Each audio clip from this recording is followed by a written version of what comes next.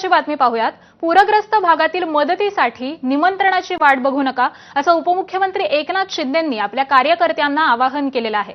मंत्र्यांनंतर आता आमदार, खासदार आणि पदाधिकाऱ्यांना दौरे करण्याच्या सूचना ह्या उपमुख्यमंत्री एकनाथ शिंदेंनी दिल्यात।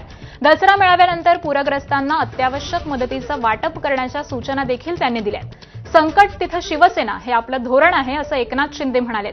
संकट दिसताच मदतीसाठी तत्पर रहा असं देखील आवाहन एकनाथ शिंदे यांनी आपल्या कार्यकर्त्यांना केलं आहे।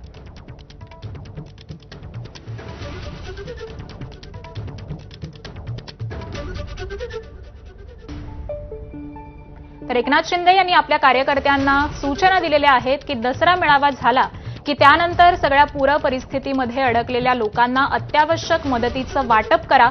संकट तिथं शिवसेना हे आपलं धोरण आहे असं एकनाथ शिंदे यांनी आपल्या कार्यकर्त्यांना सांगितलेलं आहे।